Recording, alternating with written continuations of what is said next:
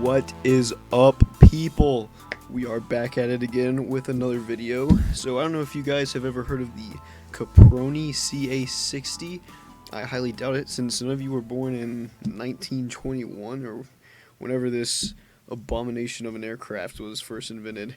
So this thing is absolutely crazy, guys. And I kind of wanted to get into some videos where we just like build some weird stuff.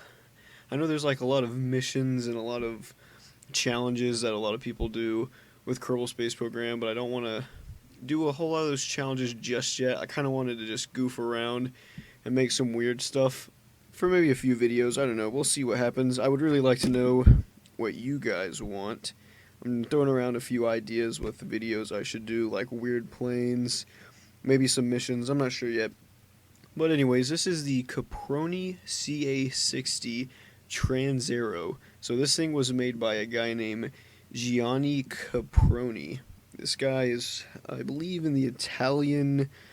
He's very involved with like Italian aeroplanes. I mean, it's 1921, so they just figured out flight and all this absolutely crazy witchcraft. But this thing is pretty big. It's about 100 foot just in the wingspan of each wing. It's like 77 feet long.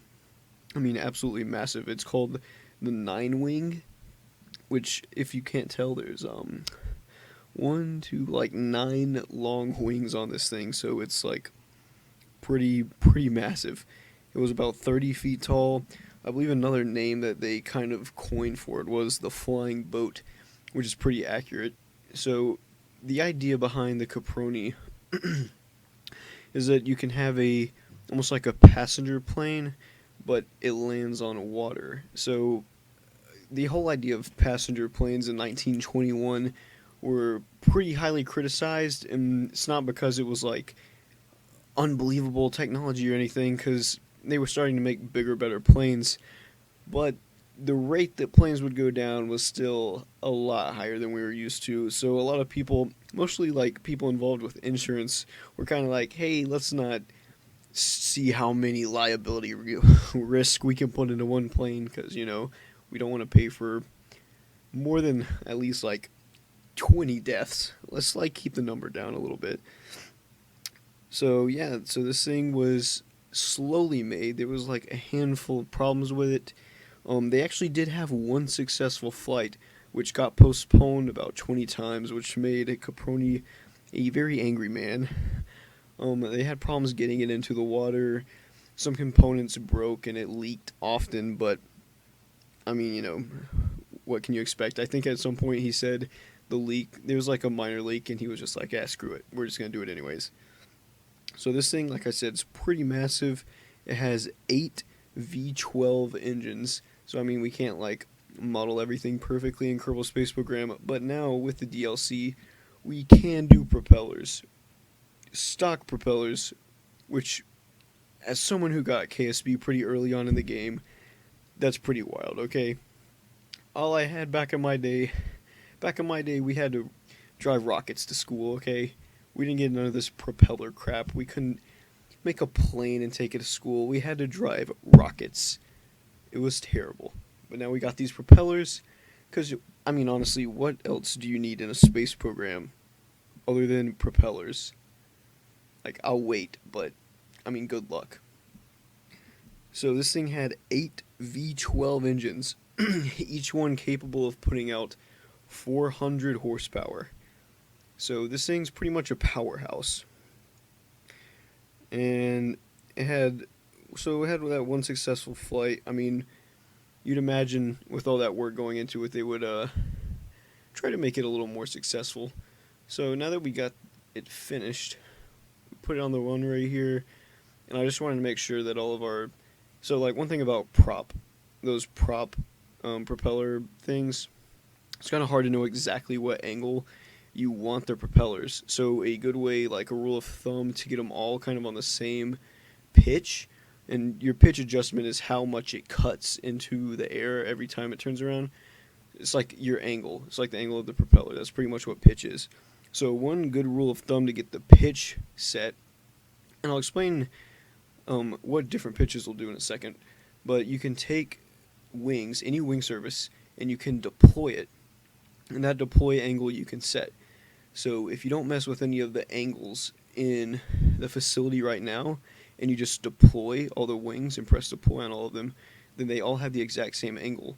And then whenever you get onto the runway, you can actually reset what you want that deploy angle to be. So you can make all of them the exact same and not have to guess with how much you drag the little ball and the spaceplane hanger. It's like way easier.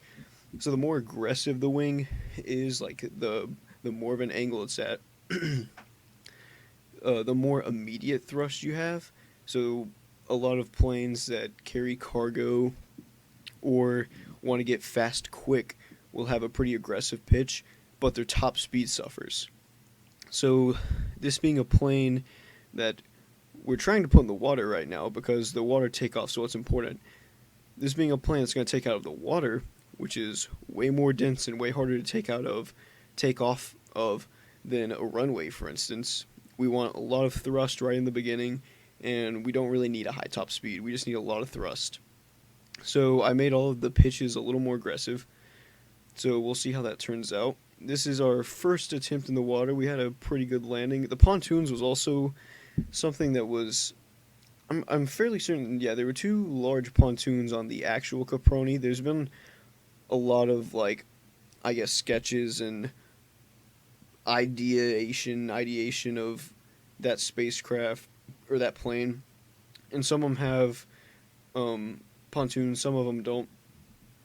You see one problem right here is my nose wants to keep diving into the water, which is kind of not what we want. We want to lift that nose out so that we can start grabbing air with all those wing surfaces, but we can't seem to get the nose all the way out. So I turned it around once we got back because we were unsuccessful with that, and I kind of played with all the pitches. I adjusted the authority on the wings to maybe like give us a little more air, and you can see we almost get the nose out. We're like right at it, but unfortunately we do not. So we're gonna have to bring it back to the spaceplane hangar for a second, and we'll adjust a few things. Primarily the adjustment we made, other than that beautiful new nose cone on the front, which I think weighed like a smidge less, but I just wanted to shift any weight back that I could. I also moved the batteries back, so it shifted the weight and we were able to pull our nose up just a little bit. And then to recreate that beautiful second flight, after achieving 60 feet in the air, we plummet back down into the water, because that's what actually happened, believe it or not, after all that work and all that time spent making this thing. Their second flight, which was the more legitimate flight, the first one was kind of just stress testing it. The actual second flight, they get about 60 feet out of the water, and then it splashes right back down. I don't believe the pilot died. He was fine, but the ship was toast. And after trying to make some light repairs, they just said screw it, and the project was over. So anyways, guys, if you want to see some more of these videos, just let me know. So I will see you guys later. Like and subscribe. Saw you one. Out.